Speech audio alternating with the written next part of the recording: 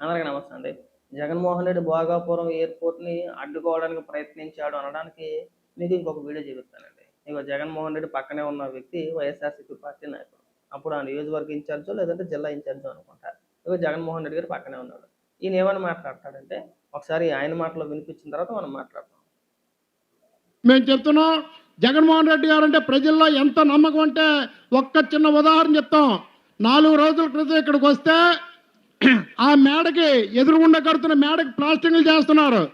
అరే ఈ ఊరంతా పోద్ది అనుకున్న సమయంలో ఈయనెవరయ్యా ప్లాస్టింగ్లు చేస్తున్నారని అడిగితే జగన్మోహన్ రెడ్డి గారు వస్తారు కదని ఏ ఎయిర్పోర్ట్ రాదని ఒక ధైర్యంగా చెప్తున్నాడు ఆయన.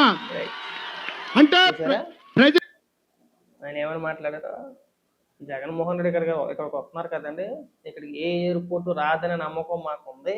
ఎందుకంటే జగన్మోహన్ రెడ్డి గారు ఆ నమ్మకం మాకు కలిగించారు.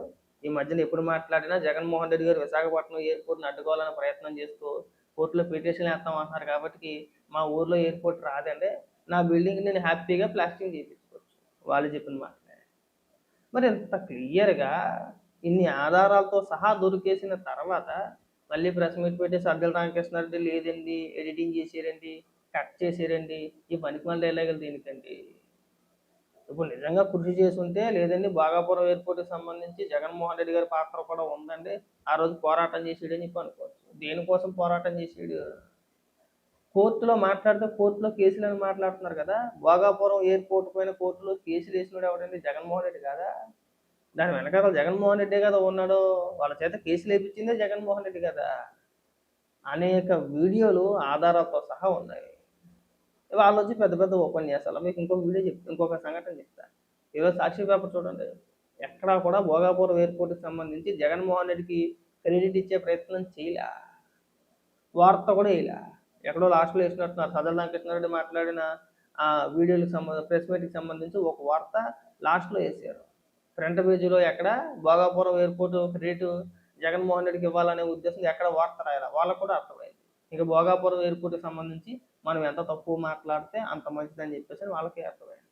ఇంకొక విషయం, సాధారణంగా ఇలాంటి ప్రారంభోత్సవాలు వచ్చినాయంటే క్రెడిట్ చూపించడానికి అందరూ ప్రెస్ మీట్లు పెడతారు. వైఎస్ఆర్సీపీ పార్టీ నాయకులు గుడివాడ అమర్నాథ్ కావచ్చు, జోగి రమేష్ కావచ్చు, లేకపోతే పేరు నాని కావచ్చు, అంబటి రాంబాబు కావచ్చు, రోజా కావచ్చు, వీళ్ళందరూ ప్రెస్ మీట్లు పెట్టి పెద్ద పెద్ద ఉపన్యాసాలు అవుతారు.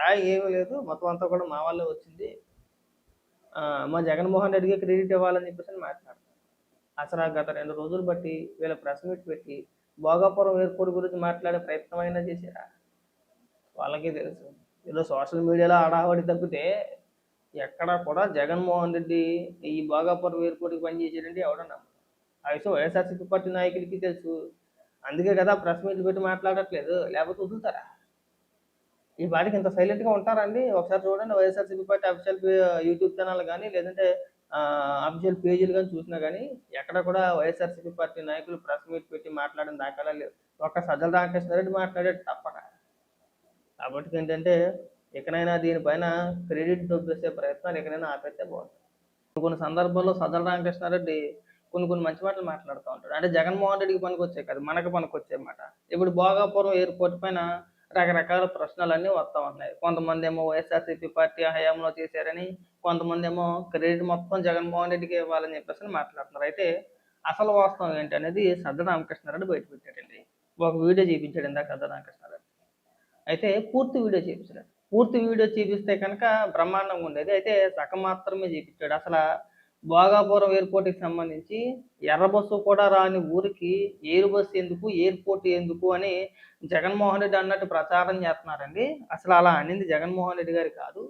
మీరు సగం వీడియోలు చూపిస్తున్నారు, నేను పూర్తి వీడియో చూపిస్తానని చెప్పేసి అని సజ్జల రామకృష్ణారెడ్డి కూడా సగం వీడియోని చూపించాడు. ఆ పూర్తి వీడియో ఏంటనేది నేను చూపిస్తాను ఒకసారి. అంతకంటే ముందు సజ్జల రామకృష్ణారెడ్డి ఏం మాట్లాడాడో ఒకసారి వినిపిస్తాను. క్రెడిట్ చోరీ చేసుకున్నా కూడా పోనీ విష ప్రచారం చేస్తున్నారు. ముగ్గురి మాటల్లో కూడా దొర్లింది ఒక్కటే ఏంటంటే ఎర్ర బస్సు కూడా రాదని ఎగతాళి చేసిన దగ్గరికి ఎయిర్ బస్ తెచ్చాము. అసలు జగన్మోహన్ రెడ్డి గారు ఎప్పుడు అలాంటి మాట అన్నారా, అనింటి ఏ సందర్భంలో ఉన్నారు అనేది ఒక్కసారి ముందు నేను ఒక వీడియో ద్వారా ప్రజలకు చూపిద్దామనే ఉద్దేశంతో. ఎన్ని ఎకరాల భూమి ఉంది తల్లి నీకు? మాకు 2 ఎకరాలు ఉంది సార్. 2 ఎకరాల భూమి ఉంది నీకు. పరిస్థితి ఏమిటి తల్లి ఇప్పుడు? మేమిద్దరు ఆడపిల్లలు, ఒక తమ్ముడు. 2 ఆడపిల్లలు 1 తమ్ముడు. అవును. కానీ మేము చదువుకోవడానికి కూడా ఎర్ర బస్సు లేని ఈ ఊర్లో ఎయిర్పోర్ట్ ఎందుకు సార్? చదువుకుంటా ఉన్నాము. మా గ్రామానికి ఎర్ర బస్సు కూడా రాదు. ఎర్ర బస్సు కూడా రాని ఈ గ్రామానికి ఎయిర్పోర్ట్ ఎందుకు సార్ అని అడుగుతా ఉంది నరసాయమ్మ.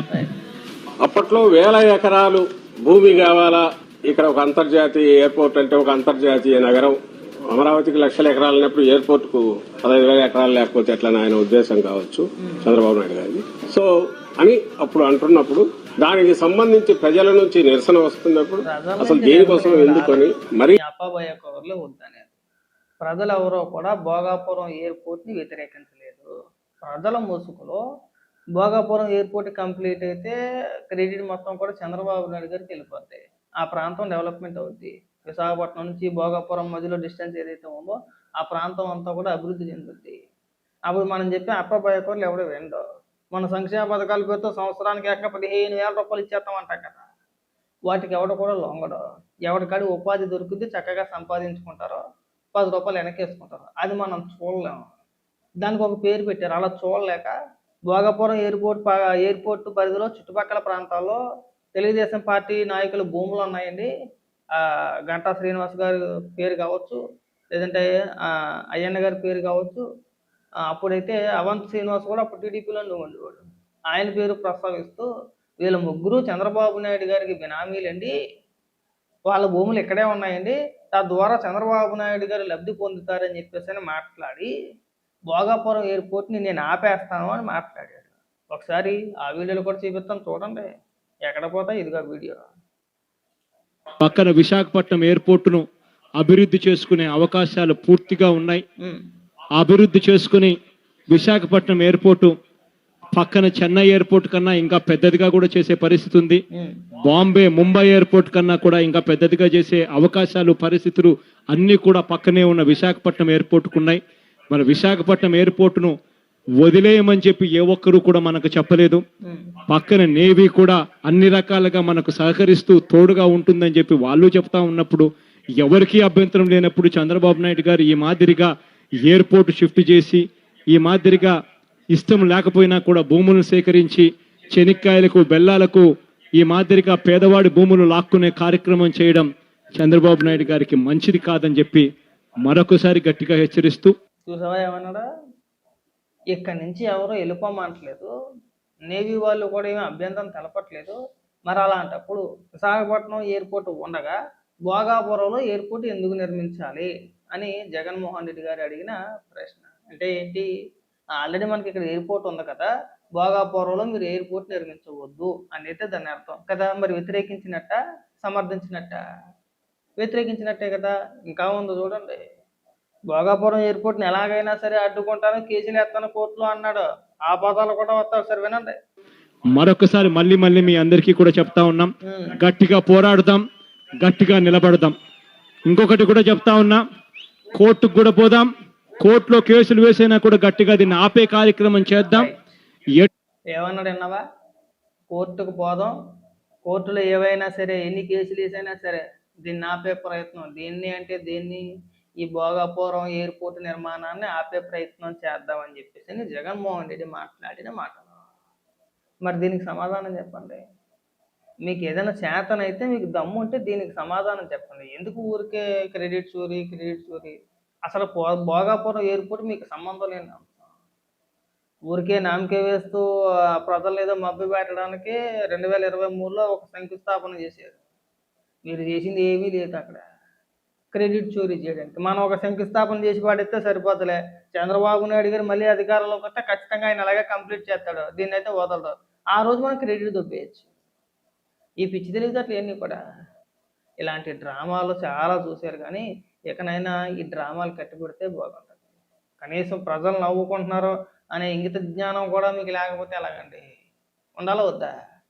దొరికేశారు కదా ఆధారాలతో సహా. ఇంతకంటే ఆధారాలు ఏం కావాలండి మీకు? ఇక చాలు. భోగాపురం ఎయిర్పోర్ట్ గురించి మీరు ఎంత తక్కువ మాట్లాడితే అంత మీకే మంచిది.